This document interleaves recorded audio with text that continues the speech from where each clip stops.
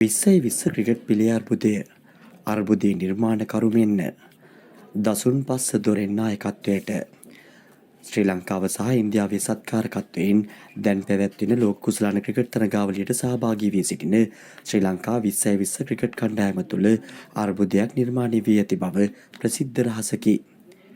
එය ක්‍රිකට් පරිපාලනයේ අර්බුදයක් යැයි හුවා දැක්වීමට ඇතමුන් උත්සාහ කළද එය එවැනි අර්බුදයක් නොවන බව දන්නෝ දනිති.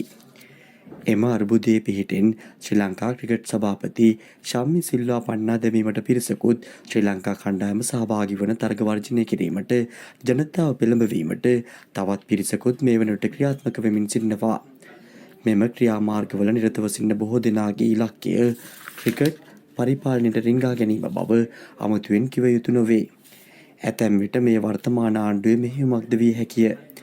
ශ්‍රී ලංකාව සුපුරුදු පරිදි ලෝක කුසලාන තරගාවලියක් පෙනෙන මානයේ තිබියදී නායකයා සහ කණ්ඩායමේ වෙනසක් කිරීම හේතුවෙන් අමාරුවේ වැටී සිටිනවා.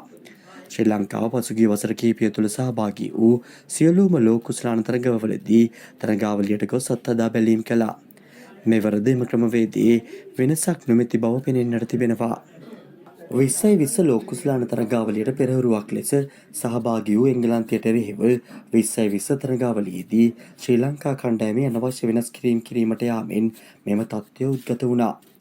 පසුගිය නොවැම්බර් මාස පැවති පාකිස්තානු තරගාවලියට සහභාගී වෙමින් සිටියදී 2020 පිළේ නායකයා ලෙස කටයුතු කළ චරිත් අසලංක සැලසුම් සහගතව නායකත්වයෙන් ඉවත් කර දසුන් චානක නායකත්වයට පත් කළා.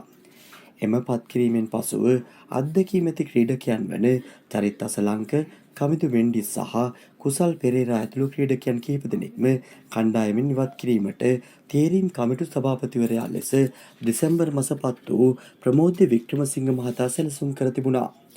එහි ප්‍රතිඵලයක් ලෙස කමිදු මෙන්ඩිස් සංචිතයෙන් ඉවත් කර ධනංජය ද සිල්වා කණ්ඩායමට කැඳවුවා. ප්‍රමෝද්‍ය වික්‍රමසිංහ තේරීම් කමිටු සභාපතිවරයා ලෙස මීට පෙර කටයුතු කළ අවස්ථාවේද දසුන් චානක සහ ධනංජය ද සිල්වා ප්‍රමුඛ තෝරා ගැනීමක් බවට පත් වුණා. ඒ සෑම අවස්ථාවකදීම ඔවුන් මෙන්ම කණ්ඩායමද අසාර්ථක වුණා.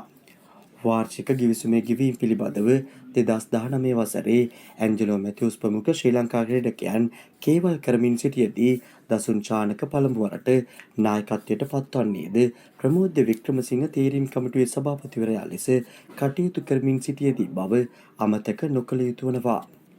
එහිදී පිටපාරින් ගිය දසුන් චානක ප්‍රමෝද්‍ය වික්‍රමසිංහ සමග එකතු වී නායකත්වය ලබා ගත්තා.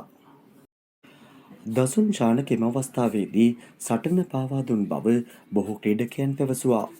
එසේ නායකත්වය ගත්තද ජ්‍යෙෂ්ඨ ක්‍රීඩකයන් සහභාගී නොවූ පාකිස්තානු සංචාරයේ හැරෙන්නට දසුන් නායකයා ලෙස හෝ ක්‍රීඩකයෙක් ලෙස කැපිපෙනෙන දස්කම් නොදැක්වූ බව බොහෝ දෙනාගේ මතය බවට පත්ව තිබෙනවා.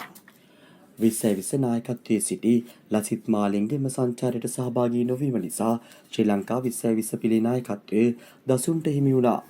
ප්‍රමෝද්‍ය වික්‍රමසිංහගේ සුවචකීකරු ගෝලයා වූ දසුන් 2021 වසරේ එක් දින පිළේද නායකත්වයට පත් කළා. කොවිඩ් වසංගතය හේතුවෙන් මෙම කාලය තුළ තරගාවලි සංඛ්‍යාව සීමිත වුණා.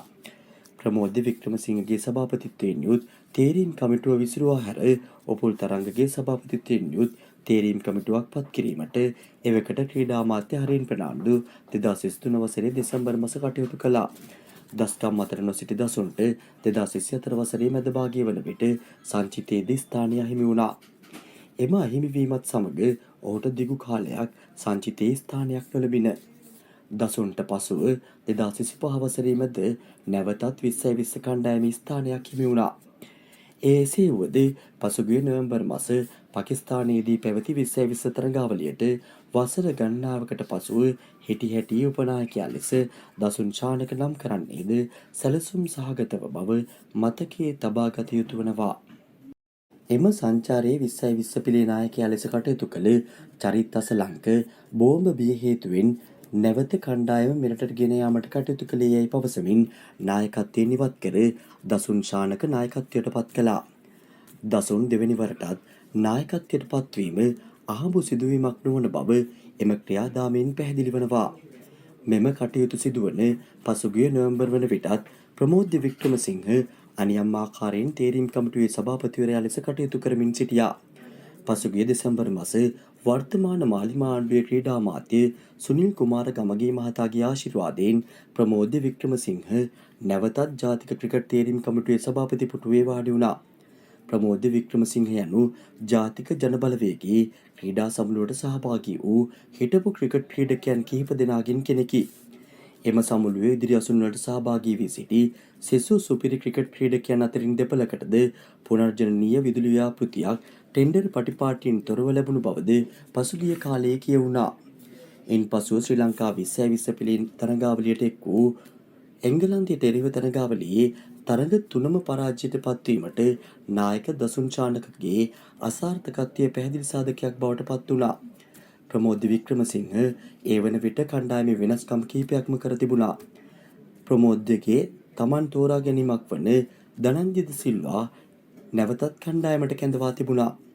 කෙසේ වෙතත් එංගලන්තයට එරෙහිව දෙවෙනි තරගාවලියෙන් පසුව එල්ලෝ විරෝධය හේතුවෙන් ධනංජය සිල්වා සංචිතයෙන් ඉවත් කර කමිදු මෙන්ඩිස් සංචිතයට කැඳවීමට පියවර ගැනීමට තේරීම් කමිටුවට සිදු වුණා.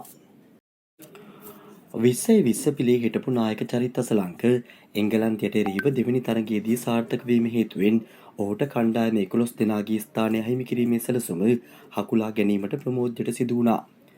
ප්‍රමෝද වික්‍රමසිංහට ඇත්ත වශයෙන්ම කණ්ඩායමට අත්දැකීම් ගෙනීමට උවමනාවක් තිබුණේ නම් හිටපු නායක ඇන්ජලෝ මැතිව්ස් සංචිතයට ගෙනීමේ හැකියාව තිබුණා.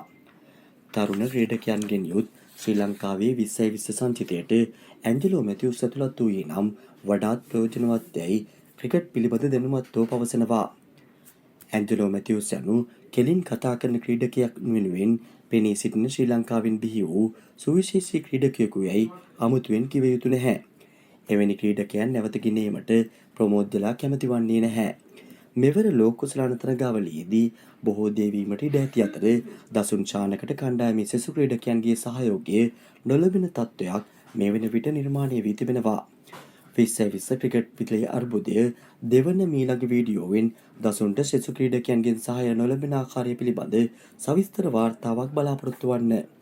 මෙවැනි විශේෂ ක්‍රීඩා පුවත් මෙන්ම දැනුම මිහිර නංවන දෙස් විදෙස් පුවත් දැනගන්න ලංකා ඩේ ටු ඩේ නාලිකාව සබ්ස්ක්‍රයිබ් කරන්න. ස්තුතියි.